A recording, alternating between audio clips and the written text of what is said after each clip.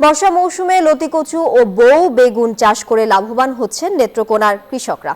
উঁচু অঞ্চলগুলোতে বছর জুড়ে আবাদ হচ্ছে বিভিন্ন জাতের সবজি, যা স্থানীয় চাহিদা মিটিয়েও রপ্তানি হচ্ছে দেশের বিভিন্ন জেলায়। কৃষকদের আরো আগ্রহী করতে নেওয়া হয়েছে নানা উদ্যোগ, বলছে কৃষি বিভাগ। সোহান আহমেদ কাকুনের পাঠানো তথ্য ও চিত্রে ডেস্ক রিপোর্ট।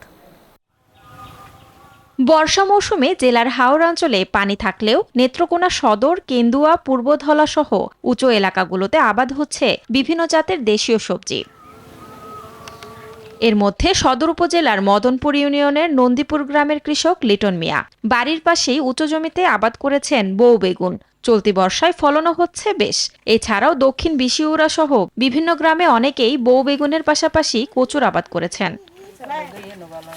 ফলন ভালো থাকায় দাম ভালো পেয়ে লাভবান চাষিরা। ধানের চেয়ে লাভজনক হওয়ায় জনপ্রিয় হয়ে উঠেছে লতিরাজ কচুর চাষাবাদ। অনেকেই এখন ঝুঁকছেন কচু চাষে।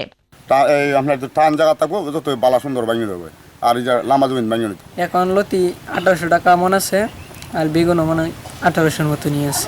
আর আমার 10 শতাংশ জায়গা করলে কমপক্ষে 1 লক্ষ টাকার মতন বেচা কিনা, আর 8 থেকে 9,000 টাকার মতন খরচ হয় একটা মানের মধ্যে। এদিকে কৃষকদের আরো আগ্রহী করতে নানা উদ্যোগ নেওয়া হয়েছে জানিয়েছে জেলার এই কৃষি কর্মকর্তা। আমরা কৃষি বিভাগের মাধ্যমে আমাদের এই জেলায় বেশ কয়েকটি প্রকল্প আছে, যেগুলির মাধ্যমে আমরা মালচিং পেপার ইউজ করে যাতে ওনারা শাকসবজিগুলি আবাদ করেন, এই ব্যাপারে তাদেরকে আমরা ট্রেনিং সহ অন্যান্য উপকরণ সহায়তার মাধ্যমে প্রদর্শনী বাস্তবায়ন করে যাচ্ছি। স্থানীয় চাহিদার পাশাপাশি মিটবে দেশের বিভিন্ন জেলার চাহিদা। কৃষিতে সমৃদ্ধ হবে নেত্রকোনা, এমনটাই প্রত্যাশা সবার। Desk report, news 24। বান্ডেল থাকলে প্রতি সেনমানিতে টাকা বাঁচবে। বিকাশ সেনমানি বান্ডেল কিনে জিতুন প্রতি লেনদেনে।